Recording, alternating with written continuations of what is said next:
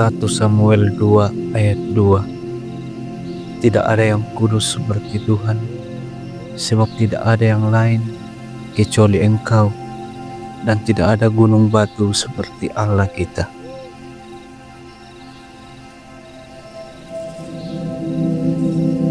Satu Raja-Raja 2 ayat 3. Lakukanlah kewajibanmu dengan setia terhadap Tuhan Allahmu, dengan hidup menurut jalan yang ditunjukkannya, dan dengan tetap mengikut segala ketetapan, perintah, peraturan, dan ketentuannya seperti yang ditulis dalam hukum Musa, supaya engkau beruntung dalam segala yang kau lakukan dan dalam segala yang kau tuju.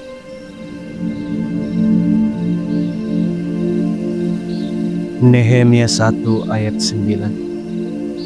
Tetapi bila kamu berbalik kepadaku dan tetap mengikuti perintah-perintahku serta melakukannya, maka sekalipun orang-orang buanganmu ada di ujung langit, akan kukumpulkan mereka kembali dan kubawa ke tempat yang telah kupilih untuk membuat namaku diam di sana.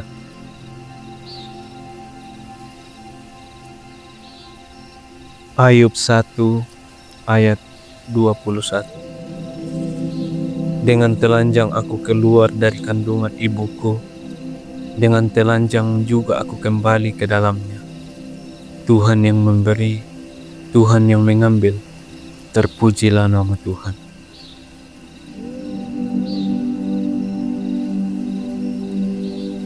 Mazmur 2 ayat 11 sampai ayat 12. Beribadahlah kepada Tuhan dengan takut dan ciumlah kakinya dengan gemetar, supaya ia jangan murka dan kamu binasa di jalan, sebab mudah sekali murkanya menyala. Berbahagialah semua orang yang berlindung padanya.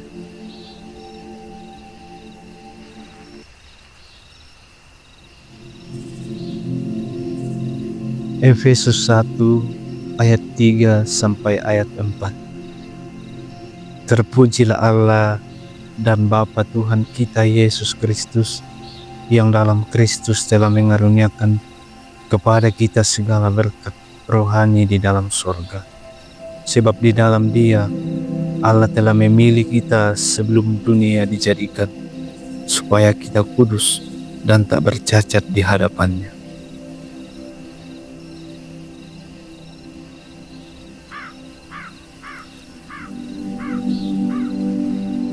Matius 19 ayat 21. Kata Yesus kepadanya, "Jikalau engkau hendak sempurna, pergilah, juallah segala milikmu, dan berikanlah itu kepada orang-orang miskin, maka engkau akan beroleh harta di surga. Kemudian datanglah kemari dan ikutlah aku."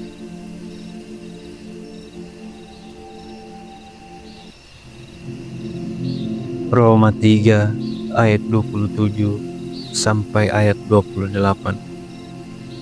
Jika demikian, apakah dasarnya untuk bermegah? Tidak ada. Berdasarkan apa? Berdasarkan perbuatan? Tidak, melainkan berdasarkan iman. Karena kami yakin bahwa manusia dibenarkan karena iman, dan bukan karena ia melakukan hukum Taurat.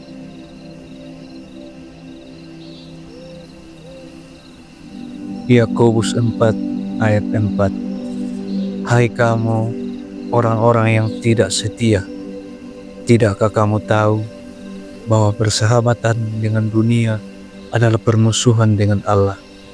Jadi barang siapa hendak menjadi sahabat dunia ini, ia menjadikan dirinya musuh Allah.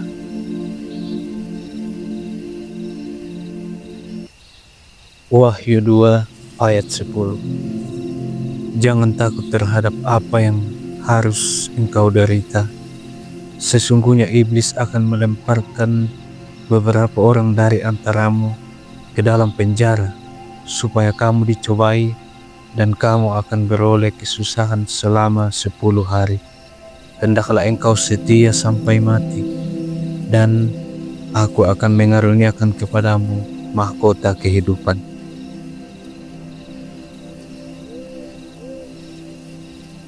Filipi 3 ayat 19 sampai ayat 20. Kesudahan mereka ialah kebinasaan, Tuhan mereka ialah perut mereka, kemuliaan mereka ialah aib mereka, pikiran mereka semata-mata tertuju kepada perkara duniawi.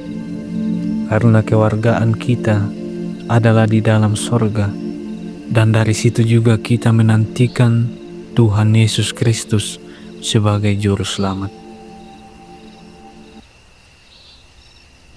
Titus 2 ayat 11 sampai ayat 12. Karena kasih karunia Allah yang menyelamatkan semua manusia sudah nyata. Ia mendidik kita supaya kita meninggalkan kefasikan dan keinginan-keinginan duniawi, dan supaya kita hidup bijaksana, adil, dan beribadah di dalam dunia sekarang ini.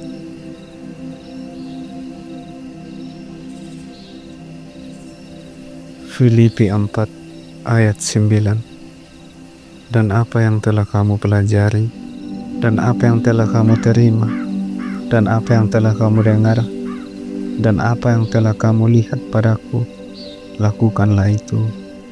Maka Allah, sumber damai sejahtera, akan menyertai kamu.